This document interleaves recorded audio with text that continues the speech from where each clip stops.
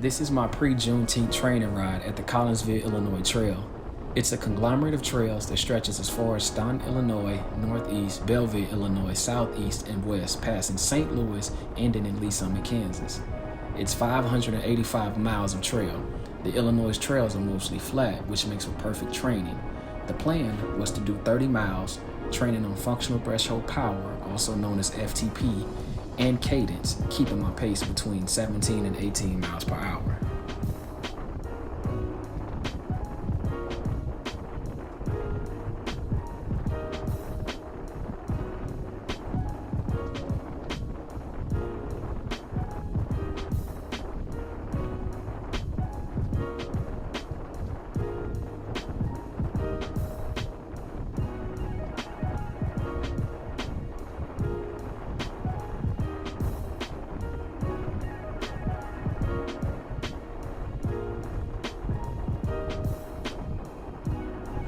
Functional threshold power represents your ability to sustain power output over the course of your ride. As a result, the 20-minute average power output is used to determine FTP. Functional threshold power is a great performance improvement indicator. Per Zwift, it is recommended to train on FTP once a week. My personal FTP is around 211 watts. But since this is a training ride, I wanted to keep my FTP around 160 watts. If you're wondering how to check your own FTP, you'll need a bike with a power meter or a smart trainer that has an integrated power meter. To be clear, a bike with a power meter is best because you can create more power outside than on a stationary smart trainer indoors.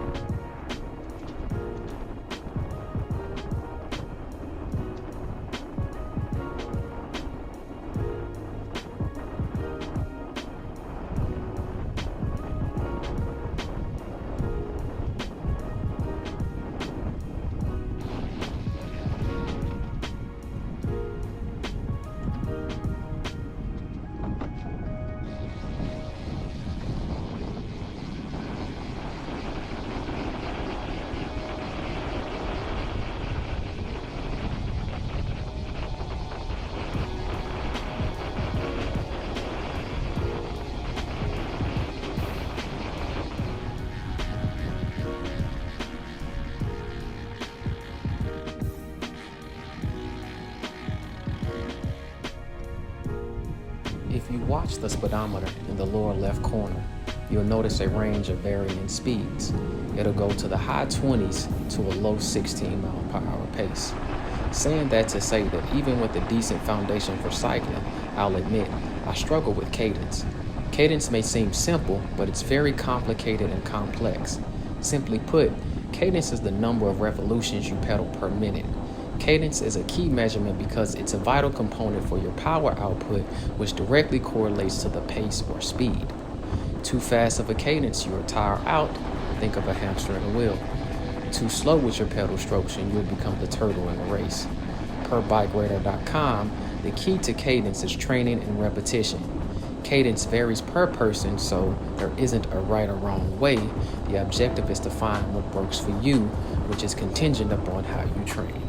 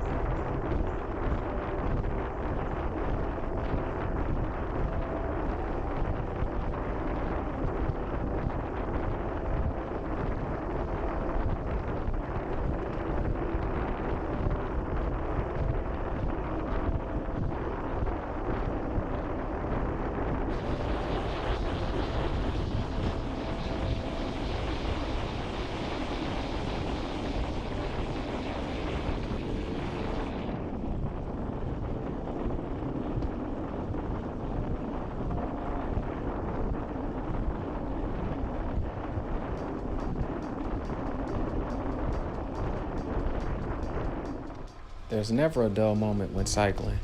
While switching my GoPro angle, I was approached by a kid. He noticed that I was recording and says to me, "Want to race?" Moments like this are impactful, so of course I accepted. Once I completed changing my equipment, I headed towards him. This was the absolute highlight of my ride. Moments like this are evident that cycling truly changes lives and inspires. I would like to give a major shout out to my young challenger. You ready? You ready? Let's go. Ah. Come on. Ah. Come on. You got it. You got it. Come on. Ah. Come on. You got it. Good job. Good job. Way to go.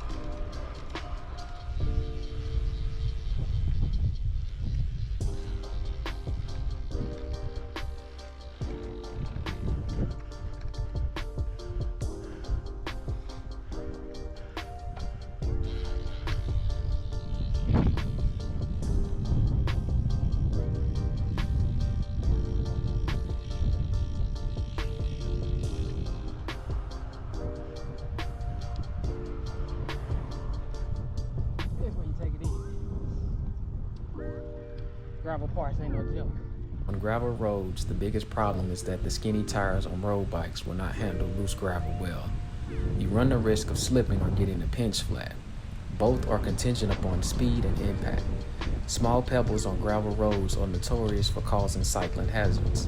Necessary precautions are to slow down on gravel and be sure that your tires are properly inflated before you ride.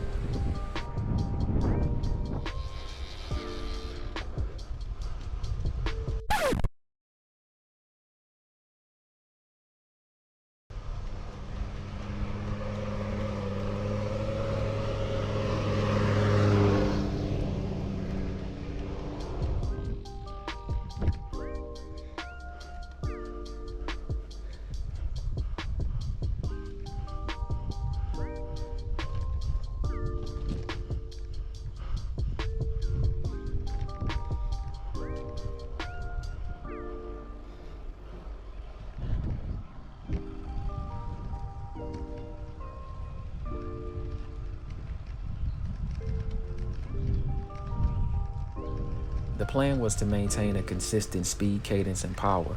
As the sun is beginning to set, I am realizing that I may not be able to maintain my training. Due to my shades, it appeared darker than it was, making it hard to see. Having low visibility is a major problem, and it almost caused me a serious injury. I was inches away from hitting a safety column.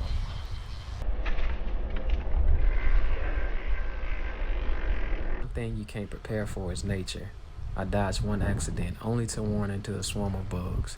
It was like raindrops on a windshield. If you look closely at my headlight, you can see them pass. Better yet, if you listen closely, you can hear them bouncing off my body. My best defense was to tuck, ride in the aero position, and increase my speed.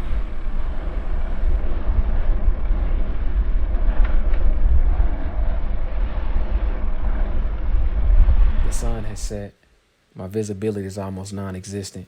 I want to remove my shades, but the number of bugs deemed that to be unsafe. My training is out the window, and the only thing on my mind is to make it home safe.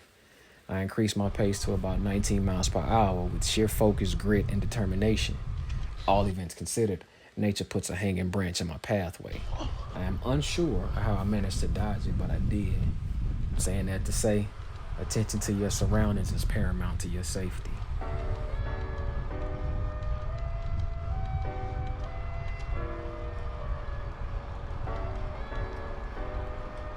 This concludes my training video. As planned, I finished my 30-mile ride and made it home safe. If you don't take anything away from this video, at least know that safety comes first.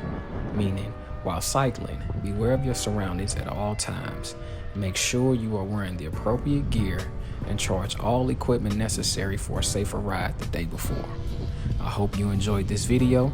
If you would like to know more about the other types of training I do, follow me on Strava at Juan Shavar. That's Juan Shavar, Shavarr. Link will be in the description box below. Until next time, peace.